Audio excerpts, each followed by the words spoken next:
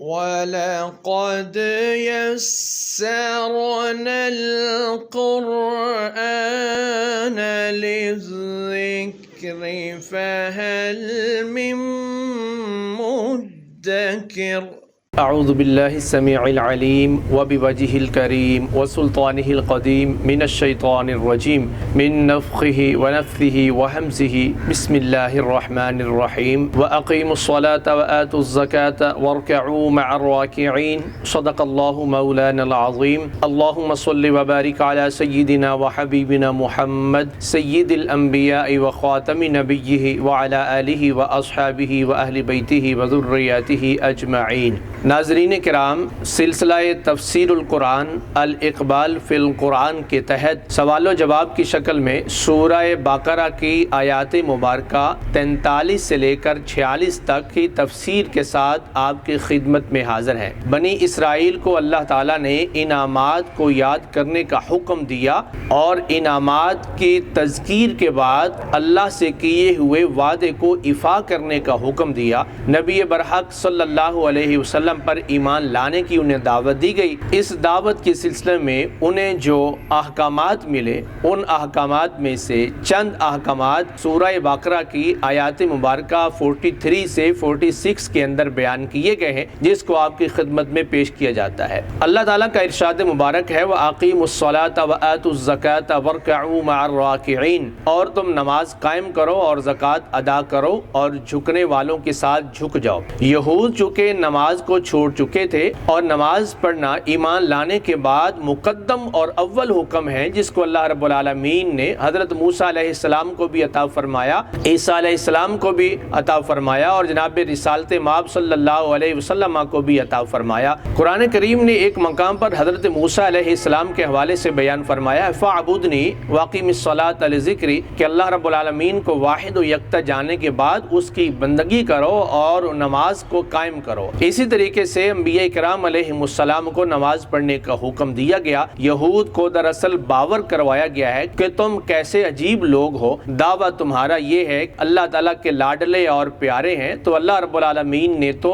نماز پڑھنے کا ہر پیغمبر کو حکم دیا ہے، پھر تم کیسی عجیب محبوب قوم ہو کہ جس کا حکم اللہ نے اپنے تمام محبوبین کو دیا ہے، تم اس سے جی چرا رہے ہو اور نماز نہیں پڑھتے ہو۔ یہود نماز پڑھنے سے گریزاں ہو چکے تھے، حتیٰ کہ سال کے اندر ایک دفعہ سجدے کو وہ لازم سمجھتے تھے، اور اس کے اندر بھی ان کے اہل دین نے لوگوں سے نذرانے لے کر ان کو اس میں رخصت اور چھوٹ دے دی تھی، اور ہلکا سا گردن کو جھکا لینا اور جھک جانے کو ہی ان کی سجدے سے تعبیر کر لیا تھا، جبکہ یہود کو بھی نماز پڑھنے کا اسی طرح سے حکم تھا جس طرح سے مسلمانوں کو نماز پڑھنے کا حکم ہے۔ تو یہ حکم انہیں یاد دلایا جا رہا ہے کہ تم اللہ تعالیٰ کے مطیع اور فرما بردار بندے بن جاؤ اور اللہ کے حضور سجدہ عبادت بجا لاؤ، وآتوا الزکاۃ، اور زکوٰۃ ادا کرو۔ زکوٰۃ ادا کرنے کا حکم یہود کو اس لیے دیا گیا کہ یہود کے اہل علم لوگوں سے نذرانے اس وجہ سے وصول کرتے تھے کہ وہ اللہ کے نام پہ وقف کریں، اللہ کے نام پہ قربان کریں، اللہ کے نام پہ پیش کریں۔ اب عجب بات ہے کہ لوگوں سے تو اللہ کے نام پر لیتے ہو اور خود جمع کر لیتے ہو اور اللہ کے راہ پہ قربان نہیں کرتے ہو، غریبوں، مسکینوں، محتاجوں، ناداروں پہ خرچ نہیں کرتے ہو۔ انہیں یہ پیغام دیا گیا کہ یہ اللہ کا حکم جس طرح باقی عوام کے لیے ہے تمہارے لیے بھی ہے، لہٰذا اپنے پاس جمع کر کے نہ رکھو، اور مال کی ہرس اور طمع اور لالچ تمہیں مزید مال جمع کرنے پر مجبور نہ کر دے، مال کی ہرس تمہارے اوپر غالب نہ آ جائے، اس لیے اللہ کے راہ میں مال بھی خرچ کرو۔ زکوٰۃ دراصل مال کا 40واں حصہ ہے جو سال گزرنے کے بعد صاحب نصاب مسلمان عاقل بالغ آزاد مقروض جو نہ ہو اور اس کا وہ مال اس کی حاجت اصلیہ سے زائد ہو اور اس کے اوپر سال گزر جائے، اس مال کا 40واں حصہ یعنی 100 میں سے 2.5% اللہ کی راہ میں دینا، یہ زکوٰۃ ہے۔ زکوٰۃ کا مقصود یہ ہے کہ معاشرے کے اندر توازن قائم رہے اور امیروں کے پاس دولت جمع نہ ہو جائے، غریبوں کو بھی اس دولت میں حصہ ملے تاکہ ان کی ضروریات پوری ہو جائے۔ گویا غریبوں، محتاجوں، ناداروں کی ضروریات کو پورا کرنا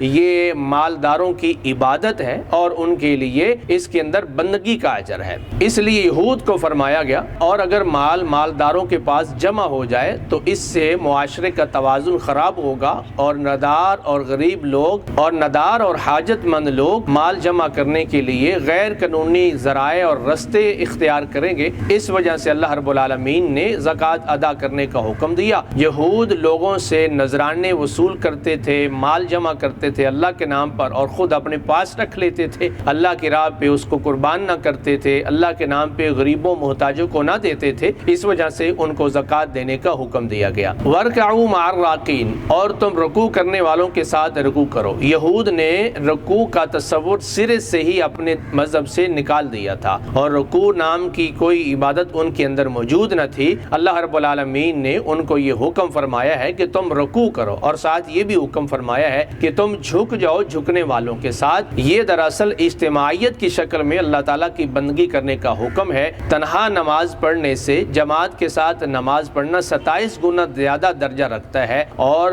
مل جل کر اللہ کی بندگی کرنا، اس کے اندر اجتماعیت کا جو تصور ہے، اس سے کثیر الجہاد اثرات اور اس کے فوائد ہیں۔ انسان جب مل کے اللہ کی عبادت کرتے ہیں، ان میں سے کسی کا اخلاص اس قدر زیادہ ہوتا ہے کہ سب کی قبولیت کا باعث بن جاتا ہے، اور اسی قدر سیکھنے کا موقع ملتا ہے۔ ایک دوسرے کے ساتھ ملنا جلنا، اس کی خوشی اور غمی، اس کے دکھ درد کا، خوشی اور راحت کا احساس کرنے کا موقع فراہم کرتا ہے۔ اس لیے اللہ رب العالمین نے عبادت کے اندر اجتماعیت کو پسند فرمایا ہے، فرائض جو ہیں اس کے اندر اجتماعیت کو پسند فرمایا ہے، اور نوافل کے اندر انفرادیت کو پسند فرمایا ہے۔ یہ اسلام کا خاصہ ہے۔ تو فرمایا کہ تم جماعت کے ساتھ نماز ادا کرو۔ جماعت کے ساتھ نماز ادا کرنا شرعی طور پہ اس کا کیا حکم ہے، اس کے بارے میں مختلف اقوال ہیں۔ ایک قول کے مطابق واجب ہے، ایک قول کے مطابق سنت موقدہ ہے، ایک قول کے مطابق فرض کفایہ ہے۔ تاہم احناف کا موقف یہ ہے کہ جماعت کے ساتھ نماز ادا کرنا یہ سنت موقدہ ہے، البتہ رمضان المبارک کے اندر تراویح کی نماز یہ سنت علی الکفایہ ہے،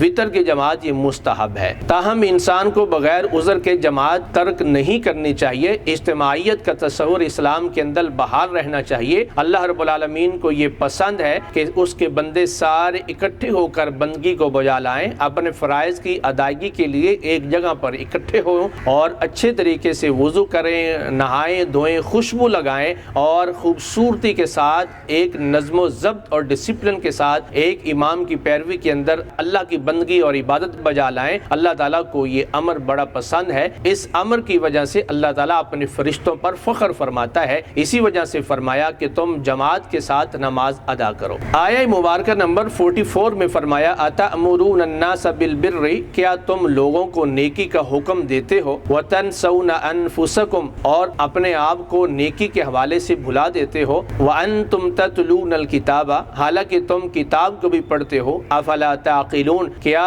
تم عقل سے کام نہیں لیتے ہو۔ یہود لوگوں کو یہ بتایا کرتے تھے کہ اللہ کی کتاب پہ عمل کرو، اللہ کے احکامات کی پیروی کرو، اللہ رب العالمین نے جو تمہیں حکم دیا ہے اس کو بجا لاؤ۔ لیکن اللہ کا حکم اسی کتاب یعنی تورات کے اندر یہ موجود تھا کہ نبی آخر الزمان صلی اللہ علیہ وسلم پر ایمان لے کر آنا ہے، ان کی تائید کرنی ہے، نصرت کرنی ہے۔ یہ سارے احکامات اسی کتاب کے اندر موجود تھے جس کتاب سے وہ لوگوں کو واعظ و نصیحت اور تبلیغ کیا کرتے تھے۔ اللہ رب العالمین نے فرمایا لوگوں کو تو تم اس کتاب پہ عمل کرنے کی ترغیب دیتے ہو، واعظ کرتے ہو، نصیحت کرتے ہو، کتاب کو تم پڑھتے بھی ہو، سمجھتے بھی ہو، لیکن اس کتاب پر یہ حکم کہ تم نبی آخر الزمان صلی اللہ علیہ وسلم پر ایمان لے آؤ گے اور ان کی پیروی کرو گے، اس پہ آ کے تم خود کو روک لیتے ہو اور عمل نہیں کرتے ہو، لوگوں کو نیکی کی بات بتاتے ہو اور اسی کتاب پہ خود عمل نہیں کرتے ہو۔ کیا تمہارے میں اتنی بھی عقل نہیں ہے کہ جو بات جس کتاب سے تم لوگوں کو تبلیغ کر رہے ہو، حکمت کی باتیں بتا رہے ہو، اللہ کا پیغام پہنچا رہے ہو، وہی کتاب تم سے مخاطب ہو کے کہہ رہی ہے کہ تم جناب محمد رسول اللہ صلی اللہ اللہ علیہ وسلم پر ایمان لے آؤ، لیکن تم اس کتاب کی بات ماننے کو تیار نہیں ہو کہ تم کتنی حماقت کا مظاہرہ کر رہے ہو اور کس قدر اعلیٰ درجے کے بے وقوف ہو کہ اسی کتاب سے لوگوں کی آخرت سنوار رہے ہو اور اسی کتاب سے اپنی عاقبت برباد کر رہے ہو، دوسروں کی آخرت سنوارنے میں لگے ہو اور اپنی عاقبت کو برباد کرنے میں لگے ہو، اور یہ دونوں کام تم تورات کے ذریعے کر رہے ہو جس تورات کے ذریعے تم لوگوں کو نصیحت کر رہے ہو۔ کیا تمہیں اتنی بھی عقل نہیں ہے کہ تم گھاٹے اور نقصان کا سودا کر رہے ہو؟ آیت مبارکہ نمبر 45 میں ارشاد فرمایا وَاسْتَعِینُوا بِالصَّبْرِ وَالصَّلَاةِ، اور نماز اور صبر کے ذریعے اللہ سے مدد مانگتے رہو۔ وَإِنَّهَا لَكَبِيرَةٌ إِلَّا عَلَى الْخَاشِعِينَ، اور یہ ضرور مشکل اور گراں ہیں سوائے ان لوگوں پر جو اللہ سے ڈرنے والے ہیں۔ یہود کو یہ بات سمجھائی گئی کہ تم نماز جو چھوڑ چکے ہو اور صبر کی جو دولت جس کو تم چھوڑ چکے ہو اس کو تھام لو اور اللہ سے مدد مانگو۔ نماز کو اس لیے چھوڑ چکے تھے کہ وہ اس کو اپنے لیے بوجھ سمجھتے تھے، اور صبر تو ویسے ہی انسان کی طبیعت کے اوپر ایک بوجھ سا لگتا ہے۔ صبر دراصل تین چیزوں کا ہوتا ہے، ایک یہ ہے کہ گناہ کو چھوڑنا، دل کر رہا ہو برائی کرنے کو، جذبات، شہوات، خواہشات انسان کو مجبور کرے اور انسان پھر بھی معصیت نہ کرے، نافرمانی نہ کرے، یہ معصیت پہ صبر ہے کہ اللہ رب العالمین نے جس سے روکا ہے انسان اس سے روک جائے۔ دوسرا ہے انسان طاعت پہ صبر کرے، بندگی پہ صبر کرے، دل نہیں کر رہا اللہ کی بندگی بجا لانے کو، عبادت کو، ذکر و اذکار کو، اللہ تعالیٰ کے احکامات پہ عمل کرنے کو، نفس راضی نہیں ہو رہا، انسان کا دل جم نہیں رہا، لیکن انسان صبر کر کے اطاعت اور بندگی کو بجا لائے، اس کو کہتے ہیں اطاعت پہ صبر کرنا، اللہ کی بندگی اور اللہ کی فرما برداری پہ صبر کرنا۔ صبر کی تیسری قسم ہے مشکلات اور مصائب پہ صبر کرنا۔ ہر انسان کو زندگی کے اندر کچھ نہ کچھ مصائب اور مشکلات آتی ہیں، انسان چاہتا ہے کہ میں اس سے جلدی چھٹکارا پا جاؤں اور رات گزرنے نہ پائے، دن چڑھنے نہ پائے کہ میری مشکلات دور ہو جائیں۔ اللہ رب العالمین نے فرمایا ہے کہ اگر تم ان تکالیف کو دور کرنا چاہتے ہو تو پھر میری بارگاہ کی طرف رجوع کرو، اس پہ صبر کرو اور اللہ سے مانگتے رہو، اس لیے کہ تم صبر کرو گے تمہارے گناہ معاف ہو جائیں گے، نماز پڑھو گے تمہارے گناہ معاف ہوں گے، درجے بلند ہوں گے، تم مقربین میں شامل ہو جاؤ گے، پھر اللہ سے دعا کرو گے، اللہ تمہاری دعا قبول فرما لے گا۔ صبر اور نماز انسان کے گناہوں کے کفارے کا باعث ہے، بندے کے لیے درجات کی بلندی کا باعث ہے اور قبولیت دعا کا باعث ہے، اس لیے اللہ رب العالمین نے ان دو چیزوں کو حکم دیا ہے۔ فرمایا وَإِنَّهَا لَكَبِيرَةٌ إِلَّا عَلَى الْخَاشِعِينَ، نماز صبر کرنا اور اس کے ذریعے اللہ سے مدد مانگنا یہ بڑا مشکل کام ہے، لیکن جو اللہ سے ڈرتے ہیں، جن کے دل میں خوف خدا ہے، خشیت خداوندی ہے، اللہ رب العالمین کا خوف رکھتے ہیں، ڈر رکھتے ہیں کہ اللہ کے حضور پیش ہونا ہے، اللہ تعالیٰ کے حضور اپنے تمام اعمال کا جواب دینا ہے، یہ خوف اور خشیت انسان کو آمادہ کرتی ہے، انسان کے اندر وہ جذبہ پیدا کرتی ہے کہ انسان اللہ کے حضور جھک جائے، اپنی تکالیف پہ صبر کرے، اللہ سے دعا کرے، استغفار کرے، توبہ طائب کرے، رجوع الی اللہ کرے اور انسان اپنی عاقبت کو سنبھال لے۔ آیت مبارکہ نمبر 46 کے اندر نماز پڑھنے والے، صبر کرنے والے، اللہ سے مدد مانگنے والے، اللہ کا خوف رکھنے والے لوگوں کی پہچان بتائی گئی۔ فرمایا الذین یظنون انہم ملاقو ربہم، وہ لوگ جن کو اس بات کا یقین ہے کہ وہ اپنے رب سے ضرور ملنے والے ہیں، وانہم الیہ راجعون، اور بے شک ان کو اللہ کے حضور ہی لوٹ کے جانا ہے۔ جس کو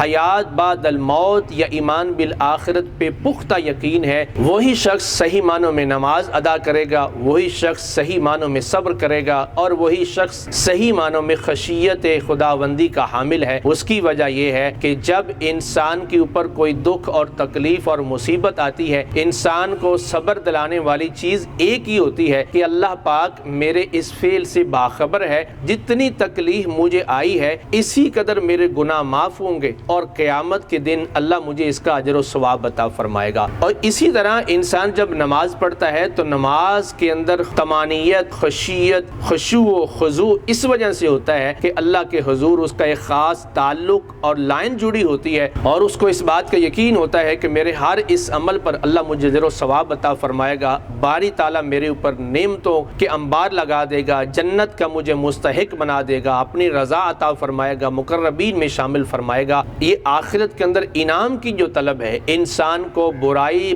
انسان کو تکلیف پہ صبر کرنے اور انسان کو نیکی کے رستے پہ چلنے پر آمادہ کرتی ہے، اس کو رغبت دلاتی جاتی ہے اور یہ ایمان بالآخرت ہے۔ فرمایا یہود کو پیغام دیا گیا کہ تمہیں جو بھی احکامات دیے گئے ہیں ان احکامات پر عمل کرنے میں جو چیز تمہیں ہیلپ فل ہو سکتی ہے، جو تمہاری مدد کر سکتی ہے، وہ تمہارا ایمان بالآخرت ہے۔ اپنا ایمان بالآخرت مضبوط کرو، مجھ سے ملنے کی یقین رکھو کہ مجھ سے تمہاری ملاقات ہوگی، تم نے میری طرف لوٹ کے آنا ہے، پھر میں تم سے تمہارے اعمال کی خبر لوں گا، نیک اعمال پہ تمہیں انعام دوں گا، برے اعمال پہ تمہیں سزا دوں گا، مجھ سے ملاقات کرو گے، مجھے کیا منہ دکھاؤ گے؟ اس لیے ایمان بالآخرت کو مضبوط کرو تاکہ تمہارے اندر خشیت بھی آئے، نماز پڑھنے کا شوق بھی پیدا ہو، صبر کرنے کا جذبہ بھی تمہارے اندر پیدا ہو، اور آخرت کی نعمتیں جو کہ قدر و قیمت میں بہت زیادہ اور بلند و بالا ہیں، ان کی وجہ سے دنیا کی تھوڑی تکالیف پہ تم صبر کر لو گے، اطاعت کو بجا لاؤ گے، اللہ کی بندگی کو بجا لاؤ گے، اور یہ معاملات تمہارے لیے آسان ہو جائیں گے۔ اپنا ایمان بالآخرت مضبوط کر لو اور اللہ کے حضور ایسے جھک جاؤ جیسے جھکنے کا حق ہے۔